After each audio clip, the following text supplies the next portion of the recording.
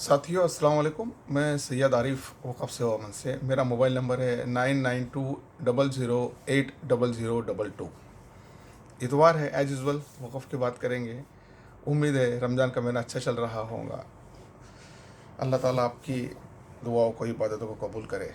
आप लोगों से भी गुजारिश करता हूँ कि आप अपनी दुआ में मुझे भी याद रखें।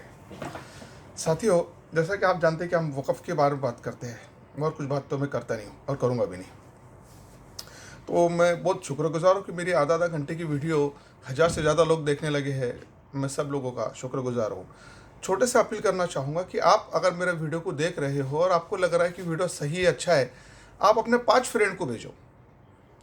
चैन बनाना है, क्योंकि ये जो मैं वीडियो बनाता हूँ ये किसी को एक्सपोज करने के लिए नहीं, किसी को बदनाम करने के लिए नहीं, आप लोगों के अंदर अवेयरनेस लाने के लिए बनाता हूँ मैं, ताकि आप लोग जान तो सको कि हकीकत क्या है दोस्तों, है ना।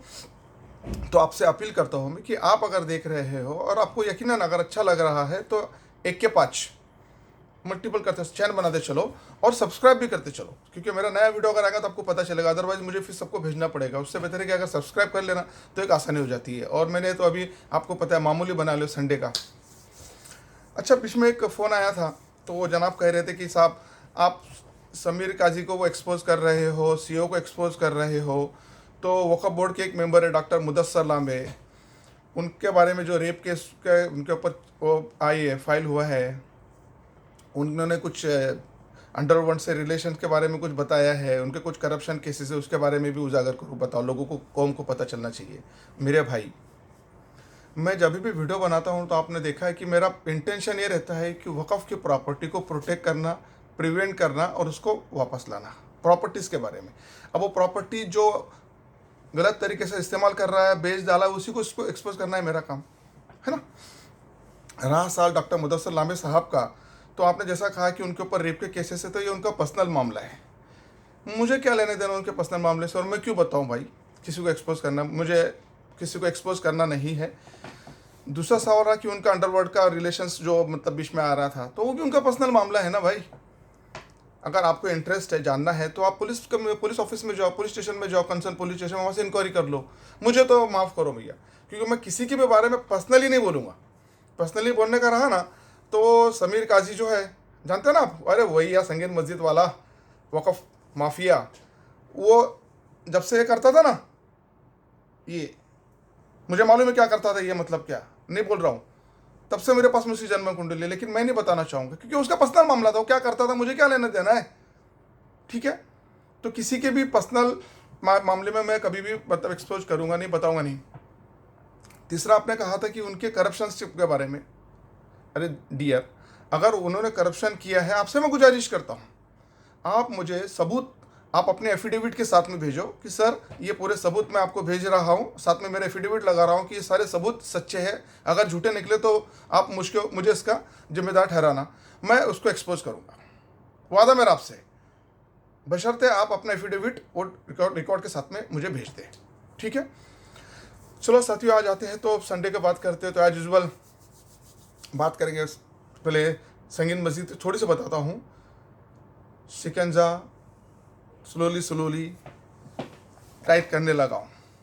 रमज़ान का महीना है तो अभी थोड़ा सा लीलेंट हूँ, लेकिन समीर काजू को एहसास होने लगा है। कल ही उसको पुलिस स्टेशन में बुलाया गया था, एसपी ऑफिस में, तो शुरुआत हो गई है, ठीक है दोस्तों।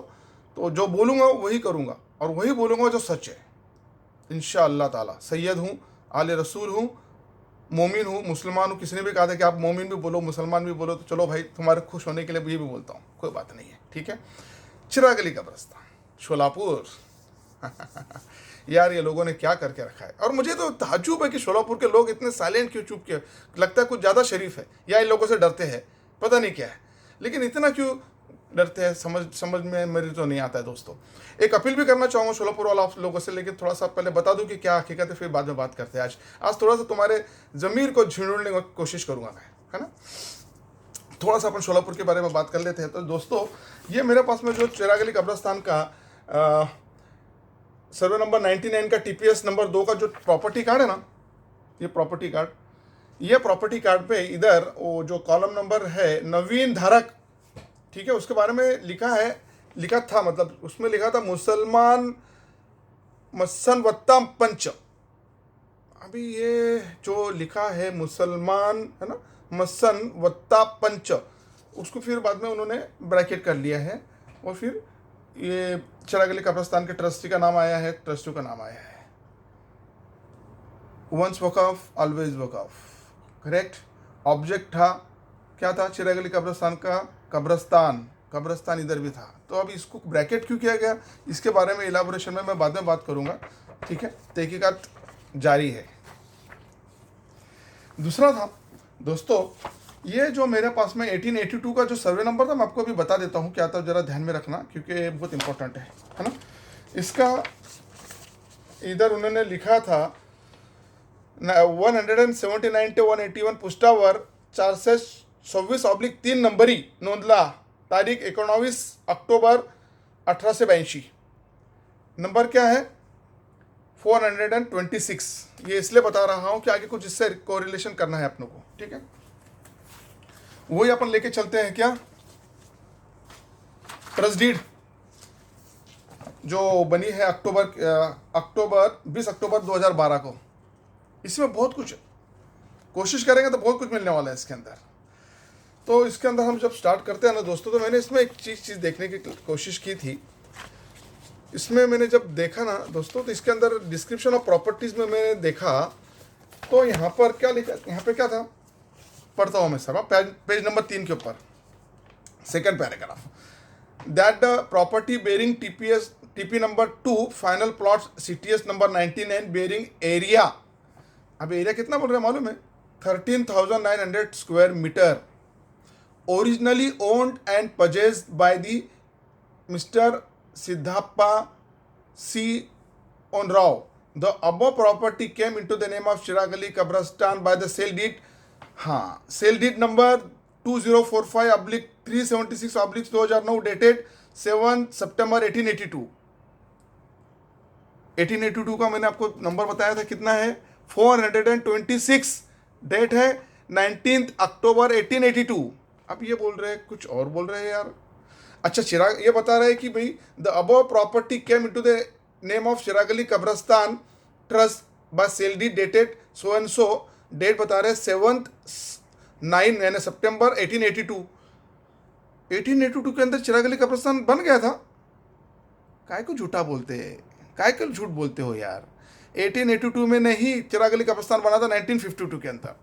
झूठ बोलते हो यार, क्यों बोल रहे हो। एरिया, अच्छा एरिया बता रही है, एरिया बोल रहे हैं, कितना बोल रहे हैं area, the area having area 13,900 square metre, जबकि यहाँ पर था 8 एकड़ 20 गुंठा। क्यों ऐसे खाचा मार रहे हो, क्या क्या इरादा क्या तुम लोगों का, क्या बताना चाह रहे थे आप, मुझे तो नहीं समझ में आ रहा दोस्तों। थोड़ा बहुत पढ़ा लिखा हूँ, ये पढ़ रहा हूँ और वो आपसे मैं डिस्कस कर रहा हूँ, जो बोल रहा हूँ वो सब बता रहा हूँ आपको कि देखो ये डॉक्यूमेंट के बेस पे बता रहा हूँ। मुतवल्ली साहिबान ऐसा क्यों कर रहे थे आप, मेरे नहीं समझ में आ रहा था। अच्छा, यहाँ वो जो कब्रिस्तान 1882 मिला था, तो वहाँ पे चिराग अली कब्रिस्तान का तो नाम ही नहीं था, जूने कब्रिस्तान 5 लोगों का नाम था, फिर आप लोगों ने लगाया। कुछ गड़बड़ लग रही है, इसके बारे में थोड़ा बाद में बात करेंगे दोस्तों, ठीक है। उसके नीचे जो पैरा आता है, पैरा बात करते हैं, तो एक और चीज़ दिख रही थी मेरे को कि ये जो UDD के अंदर से जो मतलब गवर्नमेंट का राजपत्र निकलता है ना, नोटिफिकेशन, उसके बारे में। अच्छा, इसके अंदर लिखा है इन्होंने whereas the property being waqf property, क्या बोल रहे हैं, whereas the property being waqf property and whereas the government of Maharashtra in urban development department issued a notification number TPS 1707/818/CR 709/07/UD 13 corrigendum dated 5 March 2009, publish in the Maharashtra government gazette dated 23 April 2009, part 1 Pune division, ठीक है। ये जो मैंने notification देखा ना साहब, ये कह रहा है किसी रिजर्वेशन के बारे में। यहाँ पर ये हजरत कह रहे हैं कि बीइंग ए वकफ प्रॉपर्टी, तो आपके नॉलेज के लिए बताता हूँ, वकफ प्रॉपर्टी के ऊपर कोई भी रिजर्वेशन कभी आता ही नहीं है ना, होता है क्या, अब ये कह रहे जनाब। तो वो इन्होंने सेल डीड के अंदर वो जो कह रहे हैं ना ये कि हमने रिजर्वेशन के बारे में, सर यार ये गवर्नमेंट का गैजेट है, सर ये गवर्नमेंट का है ना राजपत्र, ठीक है। मैं इसको देख रहा था, बड़ा गौर से देख रहा था, और इस पर तो अभी काफ़ी तहकीकात करना बाकी है। तो इसके अंदर जो जगलरी की गई है ना, जगलरी है ना, वो बताता हूँ क्या है। Serial number 19, schedule EP 19, in place of, इधर डैश डैश दिख रहा है दोस्तों, ये देखो इधर, इधर ये देखो, इधर ये डैश डैश है, इधर डैश डैश है, और इधर फिर बताया गया है, देखो ये इसके नीचे, इसके ऊपर जो है ना, इधर डैश, दो डॉट है, डैश नहीं, I am sorry, dot, 2 dot है। ये इसके ऊपर मैं आपको बता रहा हूँ, इधर है ना, आपको शायद नहीं दिखे लेकिन ब्लैंक है, समझ लिया। तो दो छोटे छोटे डॉट है, और साइड में फिर आया, इसके जगह पर ये आया, ठीक है। तो किसके जगह पर आया, ऊपर डॉट डॉट है ना। ये कॉलेज के बारे में, टेक्निकल कॉलेज के बारे, रिजर्व टेक्निकल कॉलेज के बारे में है। तो मैं आपसे बताना चाह रहा था कि 99 नंबर का जो सर्वे नंबर है, that has been purchased by the people in the 1882 for kabrastan, waqf property है। तो वक़फ़ की प्रॉपर्टी के ऊपर रिजर्वेशन का जो नोटिफिकेशन लगा रहे हैं, मेरे समझ में नहीं आ रहा। मैंने इसके तहकीकात किया दोस्तों, तो मुझे पता चला ये तो जो है ना, ये 93 और 95 जो है सर्वे नंबर, प्लॉट नंबर, उसके बारे में है, सॉरी 96 और 93 प्लॉट नंबर के बारे में है, और ये 99 को लगा रहे हो यार। क्या, क्यों मुतुल्ली लोग ऐसा कर रहे थे, मुझे तो नहीं समझ में आ रहा था। क्यों झूठ पे झूठा बोल रहे थे, नहीं समझ में आ रहा था, क्योंकि इसके पीछे इनका पर्पस क्या था, मुझे तो नहीं समझ में आ रहा था। दोस्तों ध्यान में रखो, माफ़ी गलतियों की होती है, चालाकियों की नहीं है, ध्यान में रखना। माफ़ी गलतियों की होती है, चालाकियों की तो बिल्कुल नहीं, और कतई करना भी नहीं चाहिए। मैं आप लोगों से यही उम्मीद रखता हूँ।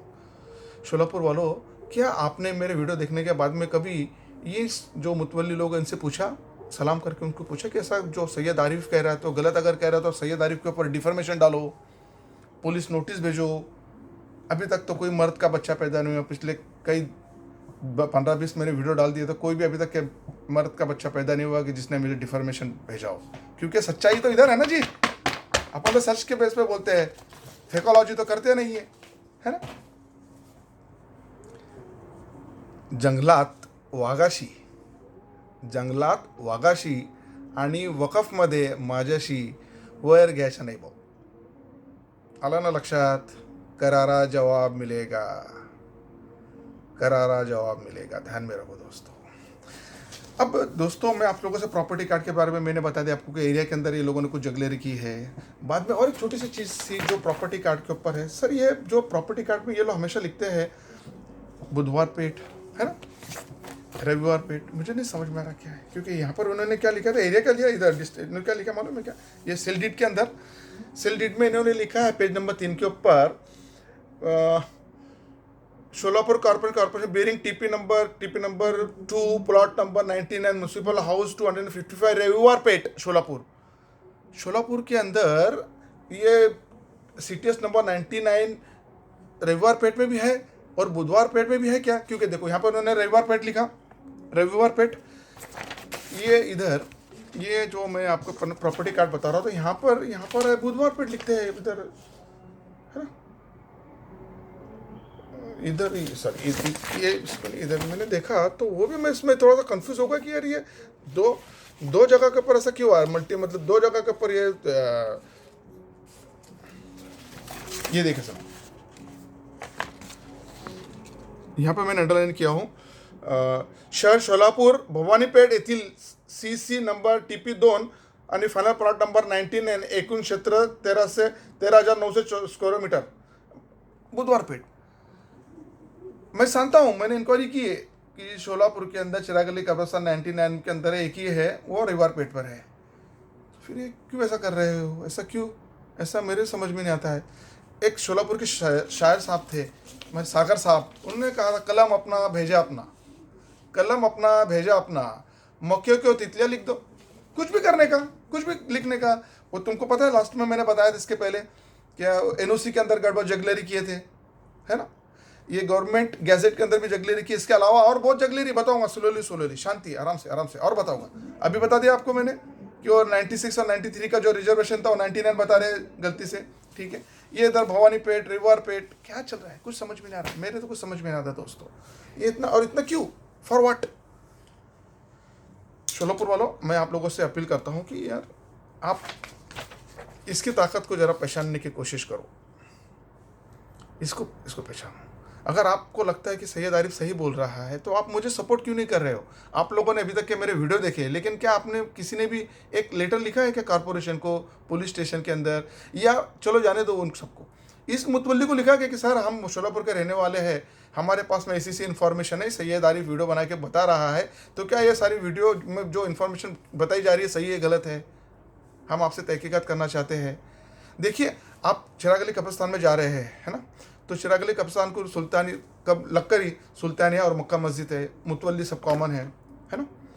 तो अब मैं आप लोगों से बाद में बात करने से पहले थोड़ा सा मैं बात करना चाहूँगा कि ये हमारे जो लोग हैं शोलापुर के बहुत भूले लग रहे हैं मुझे, क्योंकि अब मैं दोस्तों आप लोगों को अपील करना चाहता हूँ कि आप जब भी सुल्तानिया मस्जिद में, मक्का मस्जिद में जाते हो, जुम्मे के नमाज में आप डोनेशन करते हो, या अभी रमज़ान का मुक़द्दस महीना है तो ज़कात का पैसा है, सदक़े का पैसा है ना, देते हो। अभी मैंने इतने वीडियो बनाया, पिछले वीडियो में मैंने हमारे मुतवल्ली साहब को अपील की थी कि भैया गलतियाँ हो गई है, आप अगर अपनी गलती अपने मजहबी रहनुमा के सामने अगर मान लेते हो कि हमसे गलती हो गई है, और अगर मुझे मैसेज भेजते हो कि भैया आरिफ आप हमको मदद करने की कोशिश करो, तो जो भी मुझसे मदद होती है, पैसे से नहीं, लीगली मैं पूरी कोशिश करूँगा। लेकिन कोई मुझे मैसेज अभी तक नहीं आया, तो इसका मतलब ये है कि ये मुतवल्ली साहिबान जो है ये तस्य मत होने की कोशिश में तो नहीं लग रहे, इनको तो मतलब कि कोर्ट में खींचना ही पड़ेगा, और इनकी असलियत पूरे समाज के सामने पूरा नंगा करूँगा, नंगा। इतने पेपर है मेरे पास में, और इतने डॉक्यूमेंट्स है और इतने इन्फॉर्मेशंस है कि लोग इनको रास्ते पे चलना मुश्किल कर देंगे। शोलापुर वालों में आप लोगों से अपील करता हूँ, हाथ जोड़ के अपील करता हूँ, ये लोग मानने को तैयार नहीं, मुतवल्ली लोग, और ये सैयद आरिफ जो है इनको मना कर रहेगा। अभी तो मैं उनसे गुजारिश हाथ जोड़ के कर रहा था कि भाई मान लो, गलतियाँ सबसे होती है, मुसलमान आप है, रमज़ान का महीना है, चलो ठीक है गलतियाँ हो गई है। मजहबी रहनुमा ने अगर मुझे बुलाकर बोल दे कि सैयद आरिफ इनको माफ़ कर दो, हम भी माफ़ कर दिए, मुझे भी कोई एतराज़ नहीं, क्योंकि उन लोगों से मेरे को दुश्मनी नहीं है, ठीक है। लेकिन अगर ये मान नहीं रहे हैं तो आप लोगों से एक मैं सर झुकाकर पुरखुलूस अपील करना चाहता हूँ कि इनके साथ में मेरी जंग होंगी कोर्ट के अंदर। साथियों, कोर्ट के अंदर आपको पता है कि एक हेयरिंग के अंदर, अगर हाई कोर्ट के अंदर और सुप्रीम कोर्ट के अंदर अगर बड़े एडवोकेट को खड़ा करने तो लाख रुपया, 2 लाख रुपया, 4 लाख रुपया, 5 लाख रुपया देना पड़ता है।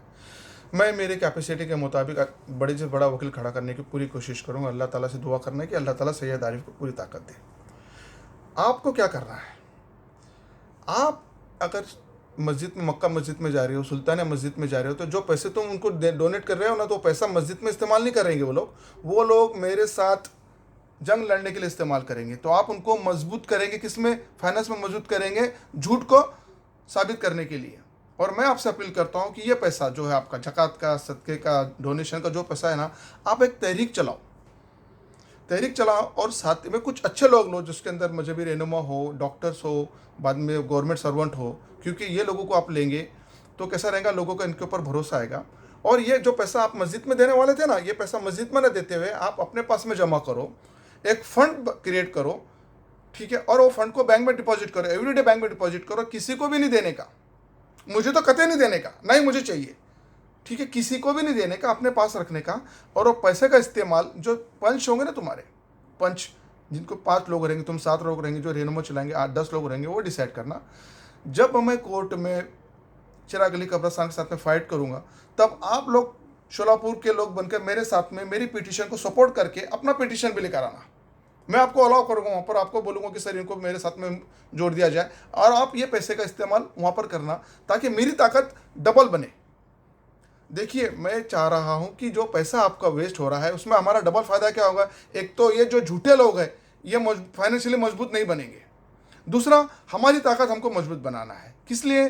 क्योंकि इन बदमाश लुटेरे लोगों से ये चिराग अली कब्रिस्तान को हमको लेना है, और अच्छे लोगों के हाथ में देके इसको सही से कराना है, क्योंकि ये सब गलत काम हुआ है दोस्तों, सब गलत काम हुआ है।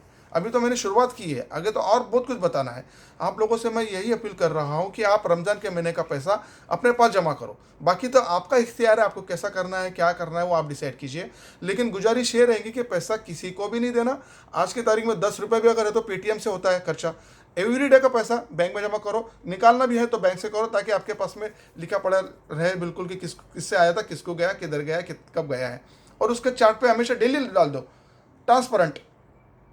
मिसयूज़ मत करो पैसों का दोस्तों। अगर आप लोगों को मेरी अपील अच्छी लगती है तो मैं गुजारिश करूँगा कि आप ये पैसा जो है जमा करना शुरू करो और अपने पास ही रखो, किसी को भी देने का नहीं, किसी के लिए भी इस्तेमाल नहीं करने का। फिर कह रहा हूँ मैं, अगर आपको मेरी आइडिया जमती है, अच्छा लगता है, तो आपसे मैं गुजारिश करता हूँ कि मेहरबानी करके इसके ऊपर जल्द से जल्द अमल करने की कोशिश करो। रमज़ान के अंदर ज़कात का काफ़ी बड़ा पैसा जमा हो जाएगा इंशाअल्लाह ताला। अब रहा सवाल यार वो वक़फ़ के सीईओ साहब का, मैंने आपको बताया था कि वो जो एक्ट है 23 जो अपॉइंटमेंट हुई इसकी, है ना, वक़फ़ के अंदर इसका जो अपॉइंटमेंट हुआ था सेक्शन 23 के तहत हुआ था। तो 23 ने जो कह रहा था, 23 क्या कह रहा था, 23(1)